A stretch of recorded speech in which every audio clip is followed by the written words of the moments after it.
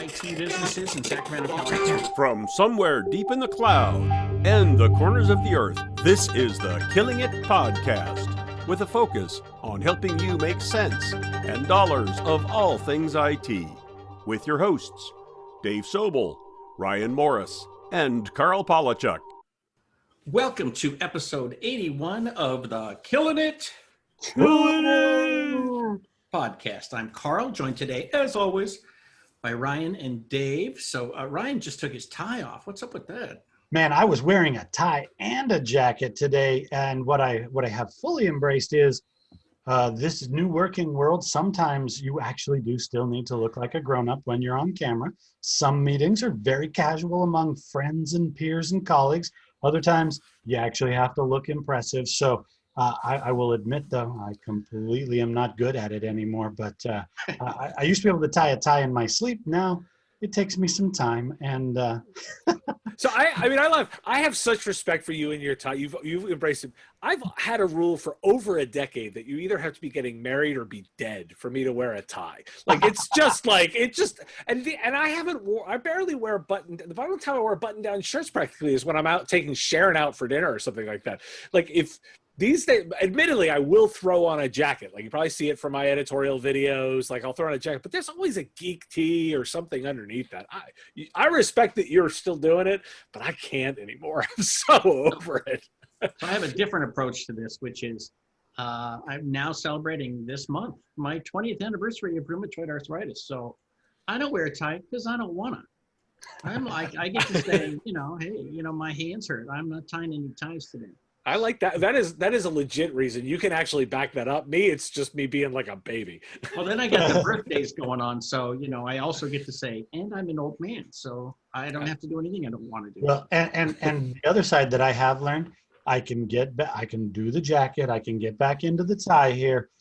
My feet are not friendly with dress shoes anymore.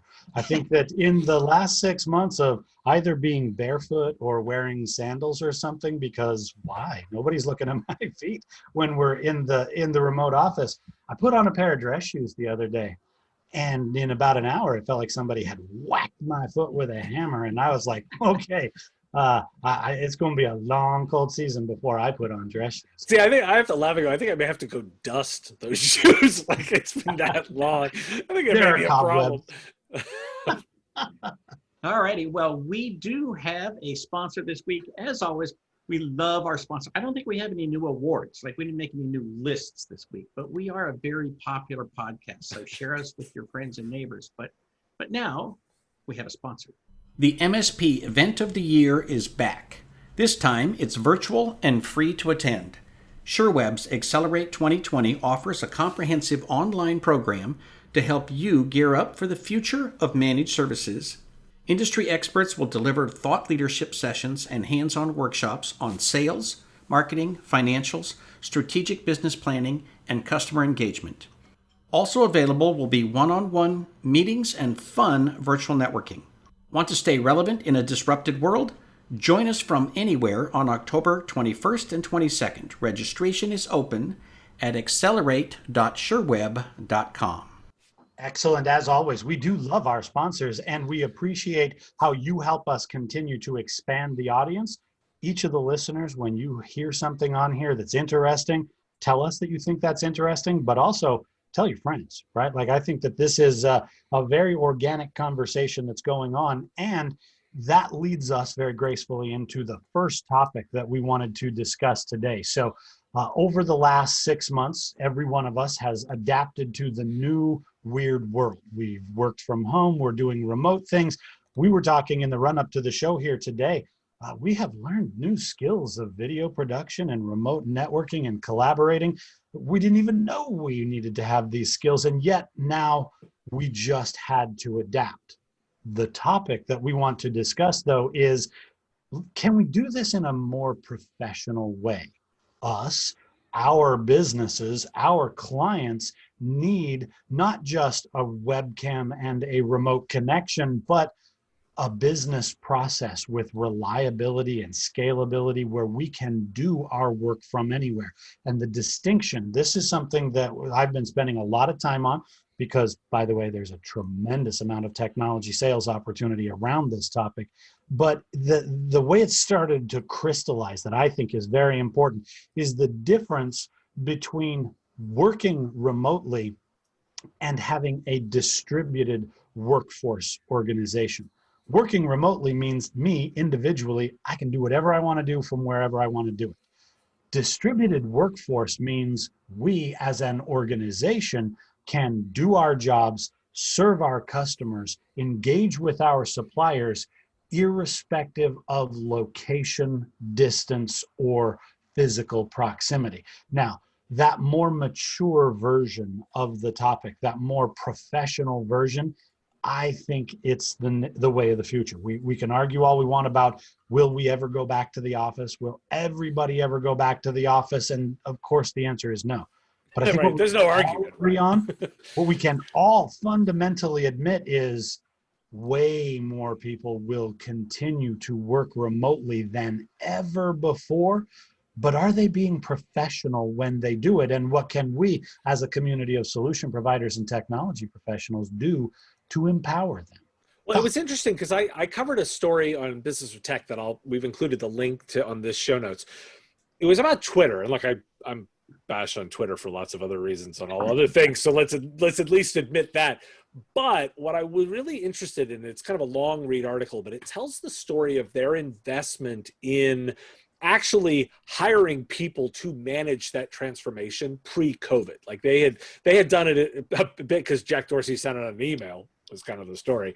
But they ended up looking at the ways they were going to look at specifically investing in collaboration, having policies, having the forethought on the way they would change things and the way their business done. I look at this and I say, there's still this massive opportunity post the transition to work from home. Because I think just a bunch of people threw themselves into remote working and didn't actually take on any of the hard bits about thinking about culture, thinking about policies, thinking about the way you manage, the way you run your teams. I don't think anybody did any of that.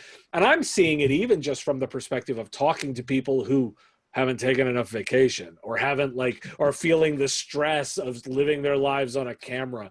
Like, I don't think people did the rest of the work. And I look at that and say, yeah, anytime I say you didn't do the work, that screams opportunity, like sell stuff here. There's so many angles to this because many of us, all three of us included, but many, many people we work with have been doing the roadshow thing for a long, long time. We're used to Zoom, we're used to Teams, we're used to WebEx, we're used to, we travel with microphones, we travel with cameras, we have done a lot of this stuff, but we've also, from another angle, upped our game because suddenly everybody else is doing some similar stuff. We actually can teach them how to do this, take their game to the next level. And again, different angle, in response to all that, the tools available are getting better and better and better. So it's one of those things where once it reaches critical mass, it takes off. I'm starting a new training on how to do sales remotely because some of it's exactly the same, but you know what? Once you have the tools in front of you, you can do things. You can pop up stuff in front of somebody's face that you just can't do in a conference room. So the world keeps evolving, and there's a whole lot of people that are kind of in the club that some of us have been in for 10 years, 15 years, 20 years.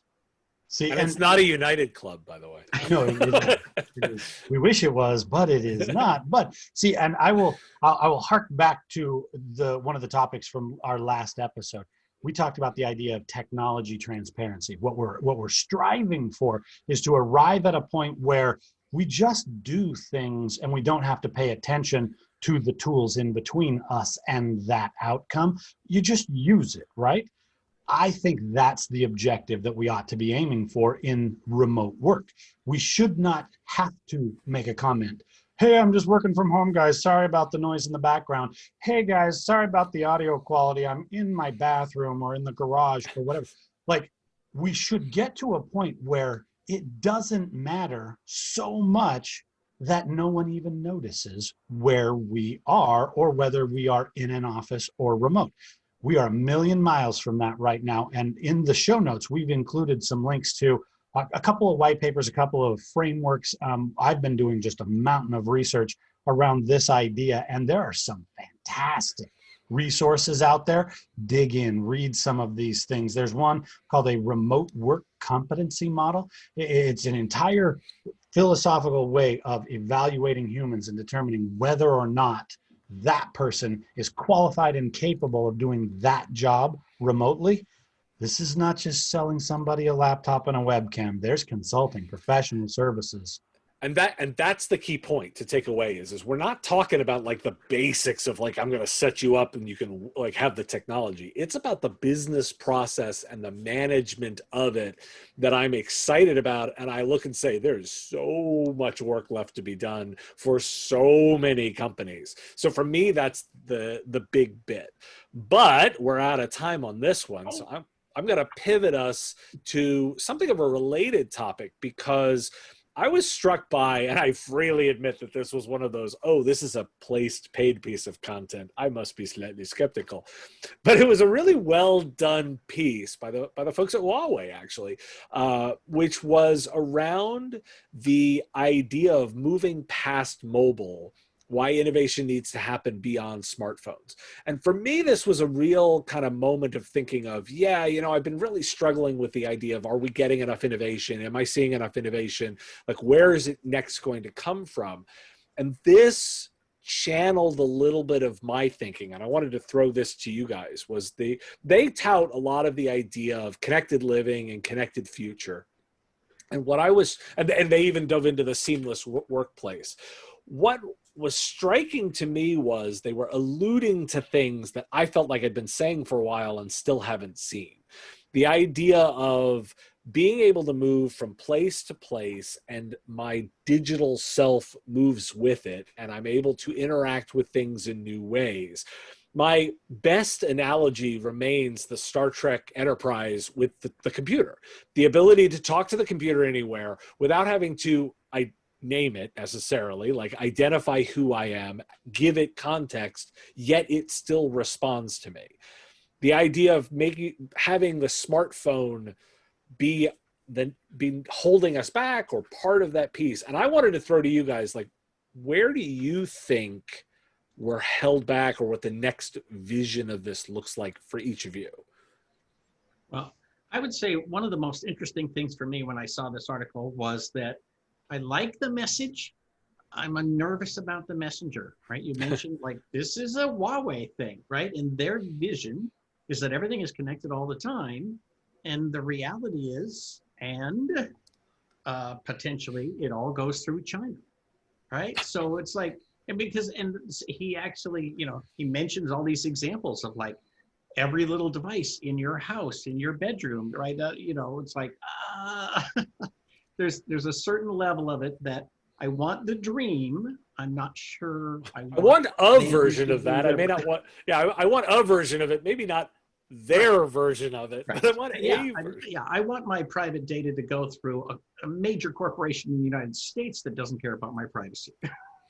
See, but I think that is, to your point, Dave, that is the obstacle. What prevents us from living this connected life that they describe is identity, privacy, and access to my information, right? I was, again, in our back channel conversations, I was marveling at how long I lived in this world without having an online cloud accessible backup resource. I have my laptop and I go all around the world and I've got a backup, but my backup's back at home. And it took me a surprisingly long time to get to a point where I was like, wait, I don't have to make sure I've got the latest version of this file. It goes with me everywhere I am. But if my data goes everywhere that I am, now I'm hyper sensitive to the question of privacy and data security and protection. And then if you take that through to the only way you can get through those layers of security in a remote location is to have the machine already recognize your identity. Well, now you're getting infinitely interpersonal with me, right? Like now the machine and the cloud starts to sound more like Minority Report than it does like just a cell phone and a network. that can be used for good or it can be used for evil. I think if we can figure out ubiquitous deployment of where your data is inside a privacy shell so that I'm not freaked out that, when I logged onto a computer inside that United Club in an airport somewhere, other people might see the remnants of my data, but then that identity has to be protected So outside of that. it's so funny that nobody has stepped in to solve the identity problem like at scale. And here's where I'm going to kind of laugh and go, I found some old notes of my own from a decade ago where I had this idea where what if Facebook was had sold identity? I could see where they had all of and again, 10 years ago, not recently. But you think back to when they started out, they had a lot of the pieces of verified identity, right? Like a single identity, they were going for a single login. When they started launching login with Facebook, I could actually see the idea of them being the Active Directory of the cloud or of your personal life. I could even see Microsoft or maybe Apple, if they could come up with this idea of a registered identity piece and link it to it, but it has such privacy implications that 10 years ago I was comfortable with this conversation. Now I'm just freaking out because they're all I don't trust any of you people. Oh, and by the way, just this week the government said I don't trust any of you people either. So a couple of thoughts. One is, along those lines, when you're given the options, that here's a brand new service I want to sign up for. Log in with Google, log in with Facebook, log in with Apple, or create your own, ID. I never choose Facebook. Ever. Because to me, my vision of logging in with Google is I'm going to get a thing on my authenticator, right? And it's going to have two-factor automatically built in. My vision of Facebook is I'm going to have one more thing that gets into my data and spreads it across the world. So I hang my head in shame. I use login with Facebook, although I've been trying to move to login with Apple, but I hang my head in shame. I just want to bring up the other totally different perspective is this is one of these things where we are just right next to the next version of reality. And if Huawei is pushing this and Facebook is pushing this and Minority Report is 20 years old, right? And Dave's vision of this is 10 years old. It's okay, it's about to happen. Somebody or somebodies this is going to come into existence as if it had always been there. And to put a very fine point on that, you guys remember a month or so ago, we discussed emerging technologies around the cloud. There's a hype cycle and a life cycle of things that are coming to market. And one of them, and Carl pointed this one out, that is especially interesting and dynamic, is the human digital twin. Right? We've talked at length before. I am fascinated from a mechanical or an industrial point of view, the concept of the digital twin and how all of our devices are replicated in the digital universe and you can track them in real time. Well, that concept is coming for humans, and we need to figure out pretty quickly whether or not we're comfortable with that, because this is not a concept. These are products that are already in development. And that universal identity could go with you everywhere. And somebody could solve this really smartly. Either you could do it centralized, right? Or you could do it blockchain, I guess, ish. You can envision a distributed version of this that's public and open that still has a monetization layer to it. Somebody needs to take this on, because I see so many ways where a verified identity would make a huge difference. Imagine social media with a verified identity. Imagine, data protection with a verified identity. Imagine, and if it was an actually true cryptographic piece and maybe secured with physical keys, but I can see this playing out, and I don't know where the players are. I mean, listeners, if you've got one for me, please, I want to hear about it.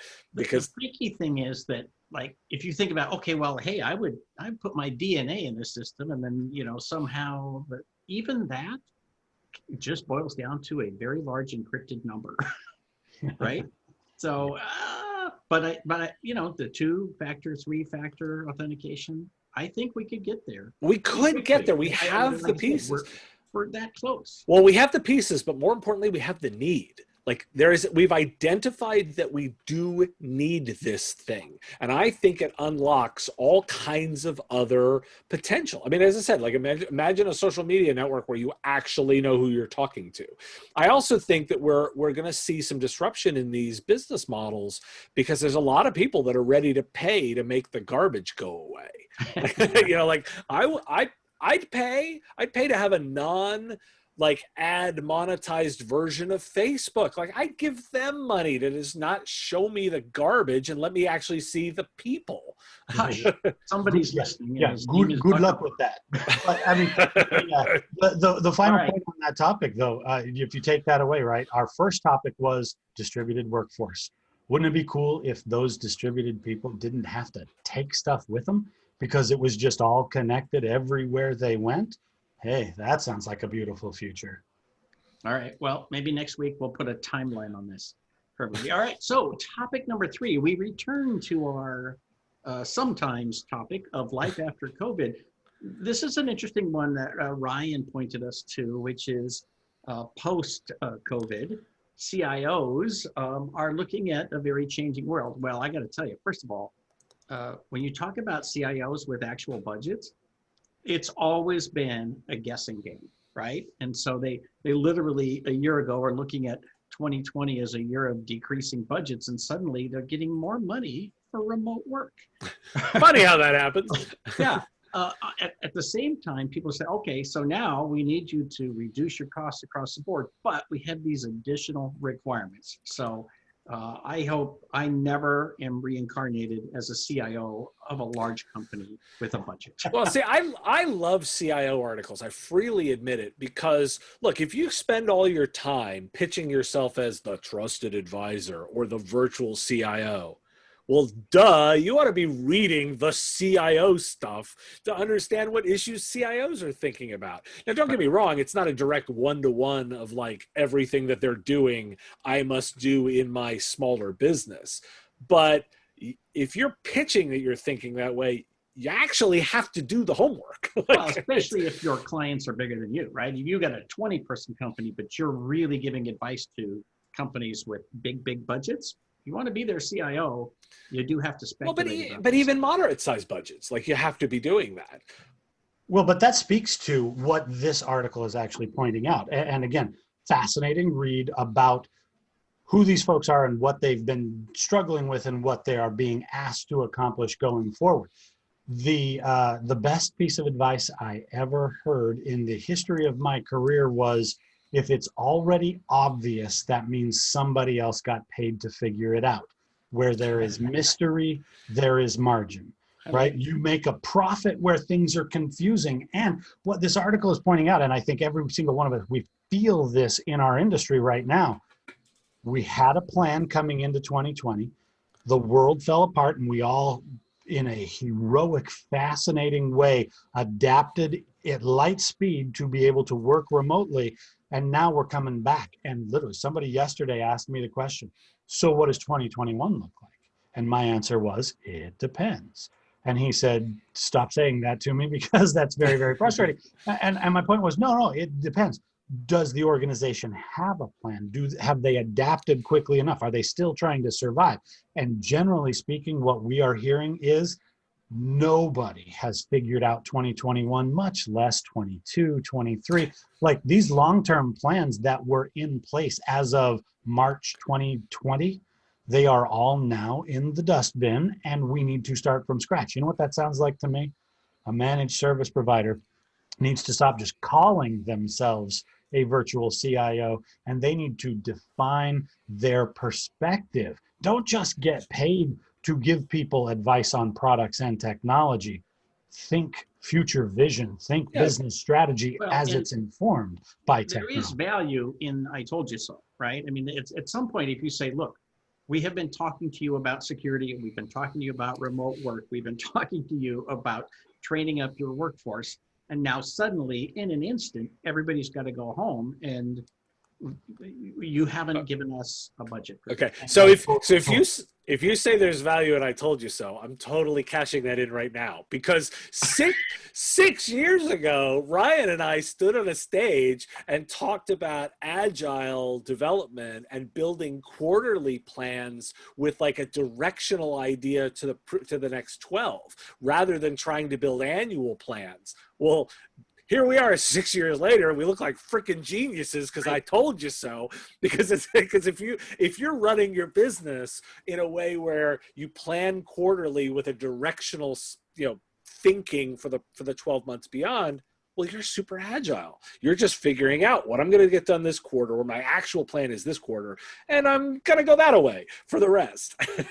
And you look like a genius. I can tell you, so way back when, 25 years ago, 1995, I was working at HP, and I was in charge of their remote access program for the Roseville plant. And I can tell you, they had a 3-year plan of how all the software in the world was going to evolve and get moved into their system.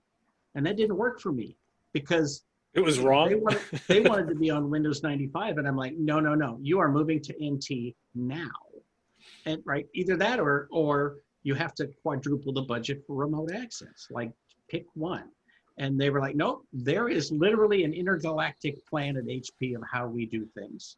I'm like, okay, so then it's like, oh, how do we get an exception to the rule, right? So big corporations, they have 3-year plans and 5-year plans, knowing for a fact that you go beyond 6 months and it all gets really fuzzy. Right. Yeah. So the smaller you are, actually, the easier it is for you to be agile.